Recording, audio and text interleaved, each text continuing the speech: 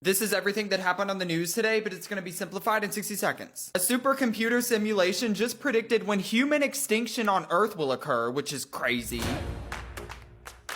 It is also crazy that we're talking about the possible extinction of TikTok, the social media addiction favored by 170 million Americans. But here we are. It is not simple. We'll get into the legal, constitutional, and practical complexities with the law school dean. And we'll take a tad longer than 60 seconds to digest this news. It is time for another trip around the alphabet with government A to Z. From the future in context, we are back with another episode of our occasional series called Government A to Z. It's a generational take on the intersection of technology, society, and government. I'm Ashley Silver from Government Technology, the A in A to Z, and I've once again brought friends. Hi, I'm Zena Hutton from Governing. And I'm Zoe Manzanetti from Governing, another Z to anchor the alphabet. So Zena and Zoe, are you TikTok users? And if so, how heavily, and what makes it compelling to you? So I'm a huge TikTok user. I'm not particularly good at it. I only have about 400 followers and never actually remember to upload content, but I really find the platform fun and engaging. It's also wildly the platform I've had the least amount of harassment from.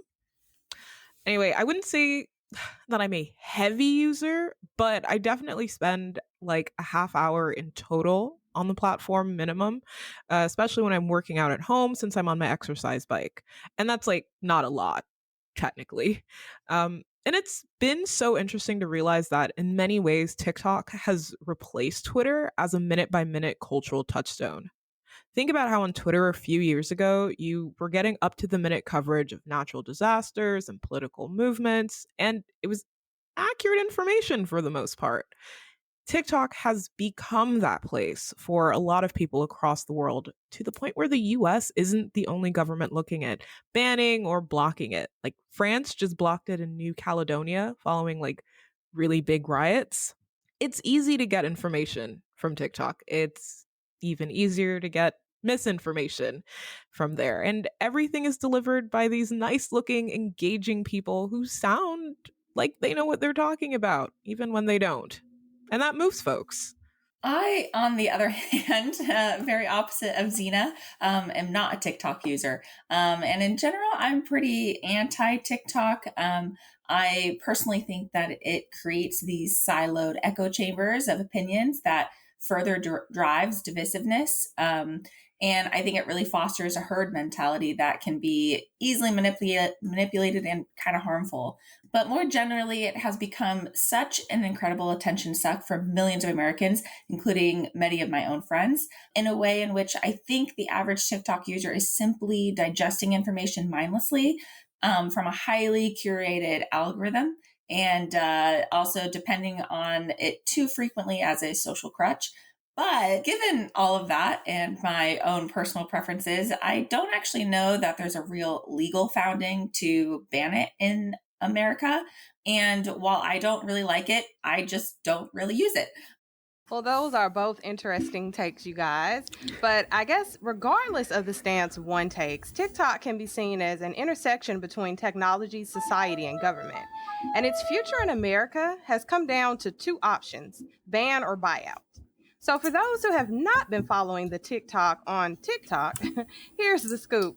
President Biden signed a bill on April 24th that would ban TikTok, currently owned by a Chinese company called ByteDance, if the company doesn't sell the platform off within a year.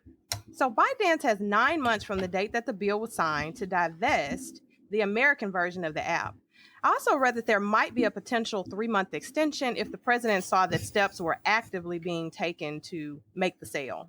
Now, 8 TikTok influencers are suing the U.S. government, alleging their First Amendment rights to free speech are being violated by the new law. Prior to the law signing, the federal government, a number of states, and some universities barred TikTok from the phones or devices they provide to employees. Also, this isn't TikTok's first rodeo in America. The company beat the first attempt to ban it back in 2020 under the Trump administration. So to help get our arms around where this is going, I spoke with Santa Clara University School of Law Associate Dean and Professor Eric Goldman, who writes frequent analysis of cases involving technology. And he spoke about the US versus TikTok. He thinks the government has an uphill battle in this case.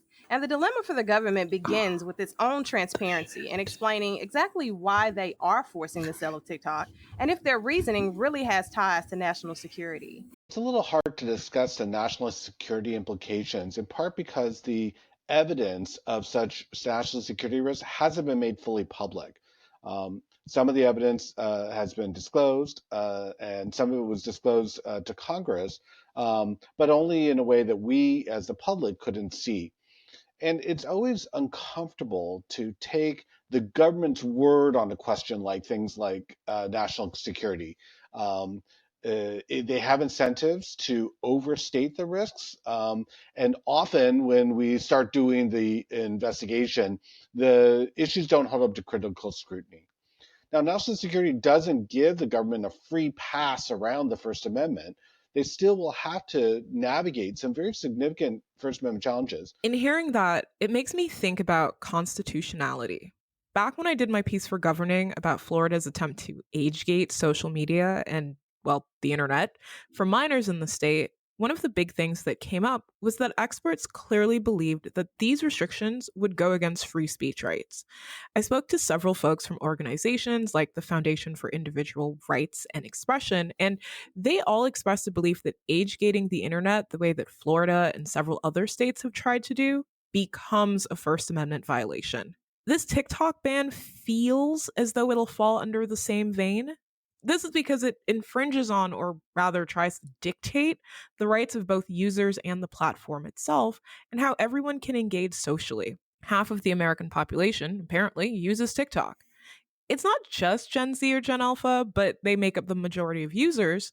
But millions of Americans use that platform to talk with each other, learn about the world, get recipes. That's what I use it for. I also think that in the context of what Goldman was saying about national security, like he's right.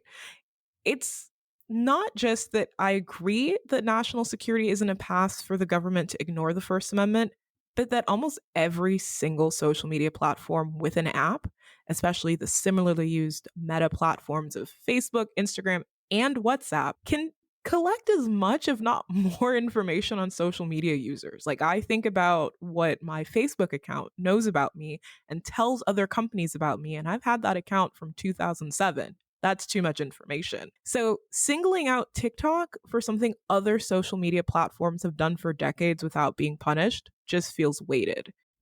What I would like to see instead of a ban would be steps to make all of these platforms adhere to standards about what they can collect, sell, or share about their users.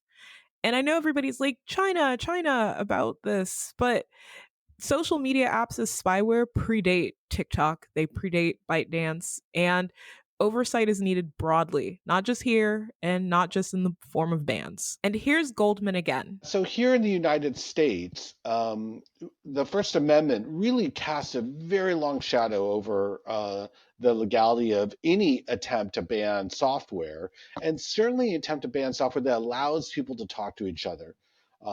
There are three different legal considerations at issue in evaluating the constitutionality of the ban. There's TikTok's right as a publisher. There's the user's rights of to speak to each other on TikTok, and there's the App Store's rights to carry the kinds of software they think are appropriate for their audiences.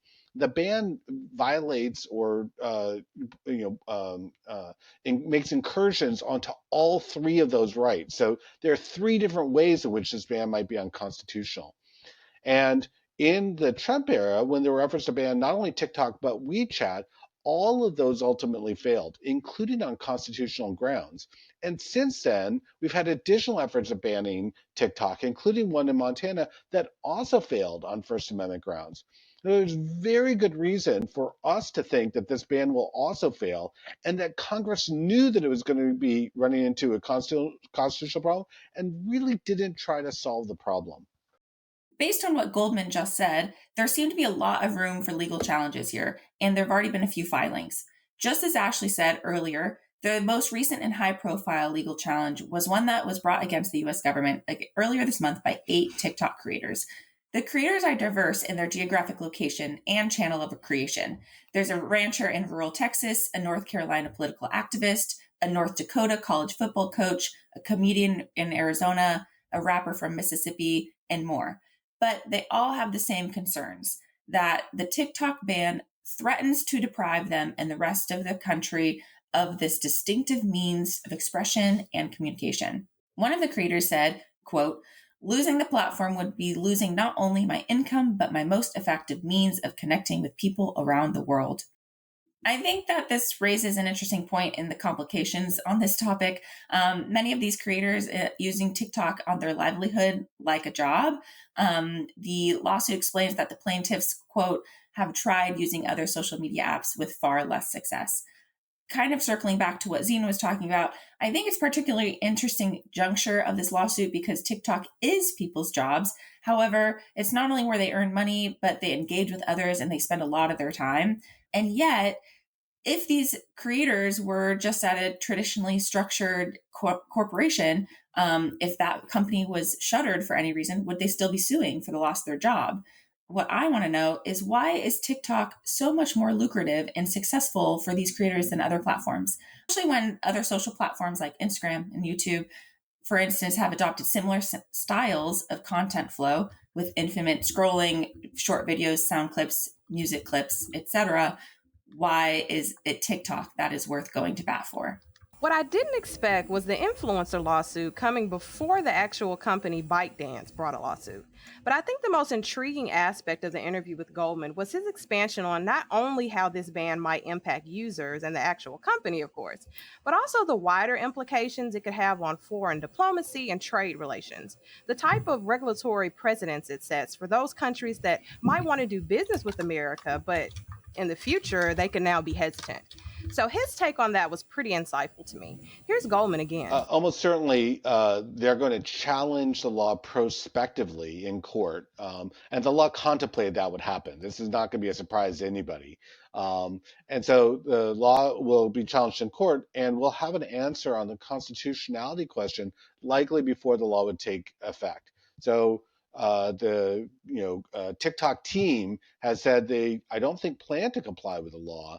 They don't plan to divest. And that they plan to win in court. And of course, given the history of litigation over similar bans, they have good reason to think that that might be a successful strategy.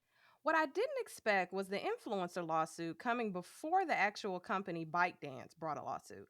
But I think the most intriguing aspect of the interview with Goldman was his expansion on not only how this ban might impact users and the actual company, of course, but also the wider implications it could have on foreign diplomacy and trade relations. The type of regulatory precedents it sets for those countries that might want to do business with America, but in the future, they can now be hesitant. So his take on that was pretty insightful to me. Here's Goldman again. There's a couple of different ways to think about it. First of all, we can think about this law as what I call a digital trade barrier. That we're erecting a barrier against a foreign country's app from being available here in the United States. And what happens with digital trade barriers or any type of trade barriers is they tend to be reciprocated.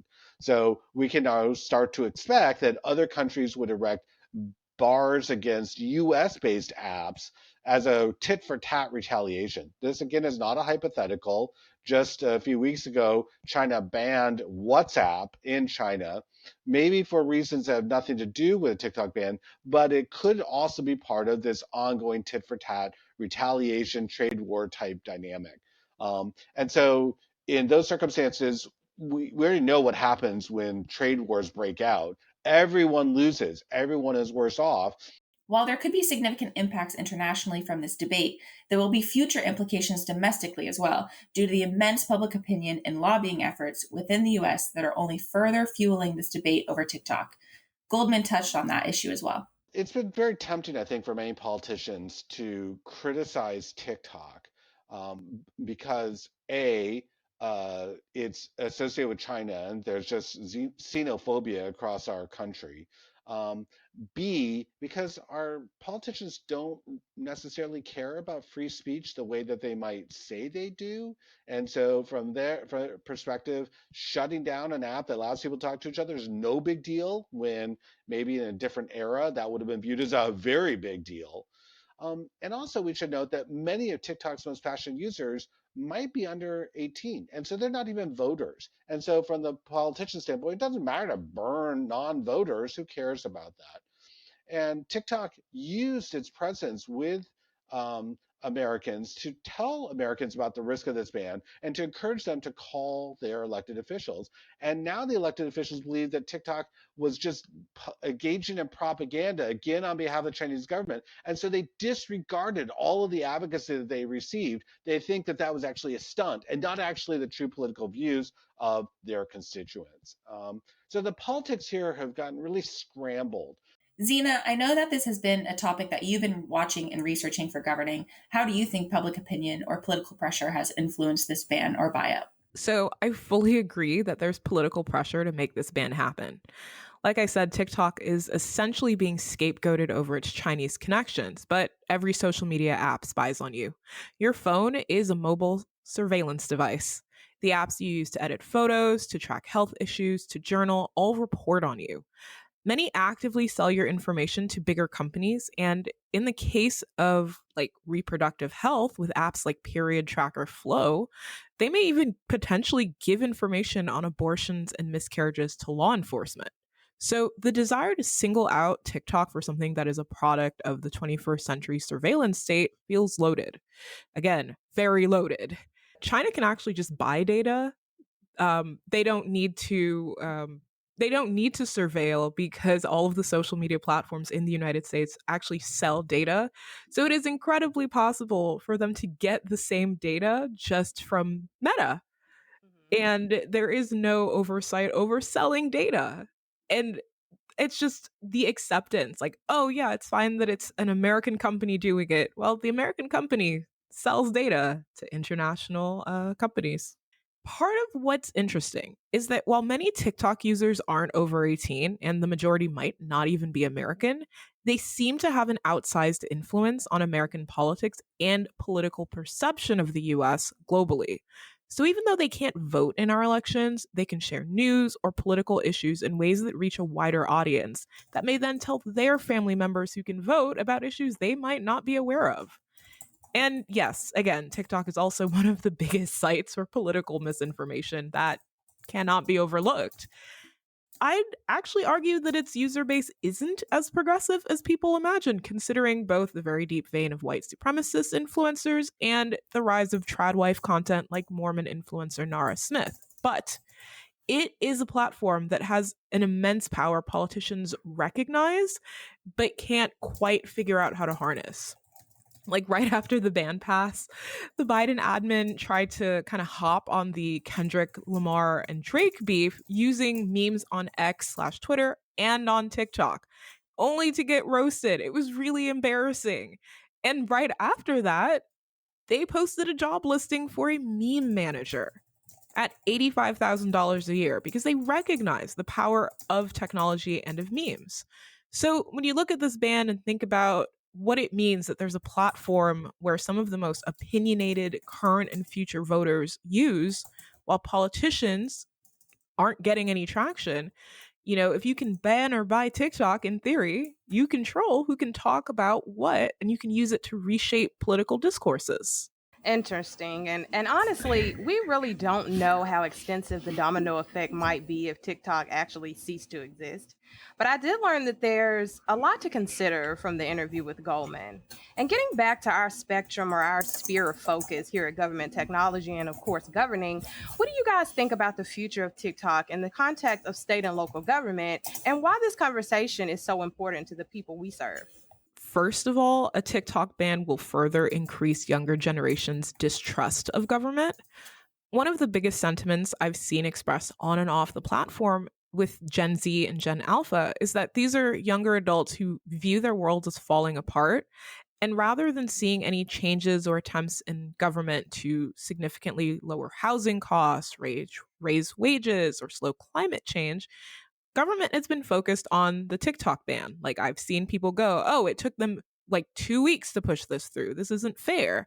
And it's infuriating to these younger adults. And we're going to see that distrust bleed into their direct political engagement, whether it's as activists or becoming increasingly apathetic to voting. And they're not going to want to be part of a system that they feel not just is failing them, but is trying to censor them. In those states where governors have attempted to age gate the internet or have tried to ban TikTok, they're really going to push back against all of that. I mean, like, I think we're going to see younger adults actively getting angry about what they feel as a loss of their rights. And then let's say the ban gets knocked down at the federal level. I expect more state and local bans, either officially or unofficially. Like Ashley mentioned at the beginning of this episode, many states ban public officials, public employees from using or installing TikTok. Like, not just don't make a TikTok at work, which should be common practice, but overall bans where even in their personal time, they're strongly encouraged not to use the platform. I spoke with a professor in Virginia a few weeks ago about something else, and she mentioned that, she doesn't actually know what goes on TikTok directly, but she gets all of her TikToks from Instagram because she doesn't know what the rules are for her university, and she doesn't want to risk getting in trouble for engaging with this platform, even though she studies the internet. She's not sure where to go. And so I think we'll see more of those smaller localized bans that may not get as much pushback as the big federal ban that would impact a larger group of people indiscriminately.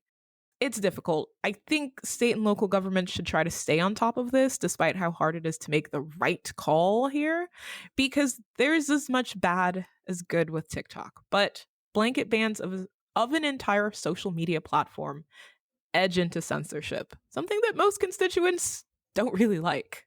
TikTok has 170 million users every month, as Zena mentioned, almost half of Americans. That means that millions of Americans are using this app daily, and for many, it's their main or single source of information. Part of me thinks that that's a great vehicle for state and local governments to engage with an audience, especially a younger audience, that is atypical from who they usually attract.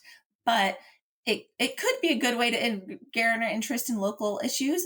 But on the flip side, it could be a whole darker corner of misinformation that could be used to discourage people from engaging in state and local government, whether it's discouraging voting or incorrect local policy or out of context sound bites. If TikTok sticks around, state and local officials must be diligent in ensuring that they're combating mis and disinformation so that their communities don't get harmed. And frankly, it seems like that's a growing issue regardless of TikTok's presence, but it could be especially challenging with the immense number of Americans who participate on the platform specifically. It also seems like this debate is revealing and maybe perpetuating some really deep xenophobic sentiment, which is something that state and local officials will need to address again to make sure that their communities feel safe and welcome in their own towns. These are all like such good points. And I think this is really a multi-layered issue that incorporates several different considerations, right? So from the state and local government perspective, I highly doubt that since the federal government has placed this figurative security risk stamp on TikTok, which they seem to specifically just take aim at TikTok, as Zena said, that local and state governments will be using TikTok to disseminate messages to constituents as they do on other social sites like X, as sending out traffic information and things of that nature. No matter what the outcome of the bill is, I think that they've kind of pushed this as an option away. I do have some acquaintances that work at different levels of government, and honestly, they consider to their hearts and souls, like seriously, to their hearts and souls, that China having access to US data via TikTok is a security risk, enabling the country to learn more about China, of course, to learn more about US citizens' likes, political complaints, financial issues, whatever other kind of story times people do on TikTok to complain about the government, and use that information to create propaganda tools via bots or other technologies against the US government, or to cause division, I think, as Zoe mentioned, in different political and socioeconomic parties. So, kind of like what Russia was being accused of in previous elections. Essentially, these people that I talked to believe that it's a tool of foreign surveillance, and other social media platforms mentioned also collect data as well, but in their eyes, that's our own country collecting the data. So it's still bad, but it's not a foreign country collecting our data. So there's that. And then secondly, there is this foreshadowing or mystery of what's next. if looking at this as an aversion of free speech and also crippling the ability of people in this professional vein, influencers, business owners, to make money on TikTok, which I think you guys both mentioned. And in government, it is important to address community concerns proactively before a problem builds, which I think is what is not happening here. So, are these community concerns really being effectively addressed? And that's something that Goldman touched on as well during the interview. I believe he was making the case that because the demographic of TikTok kind of skews towards people under the age of 18, the political powers that be are saying, well, this won't impact voting or elections. So there's no detriment to not hearing the concerns of these people. Now, we know that not to be true, but he did try, he was making that point during the interview.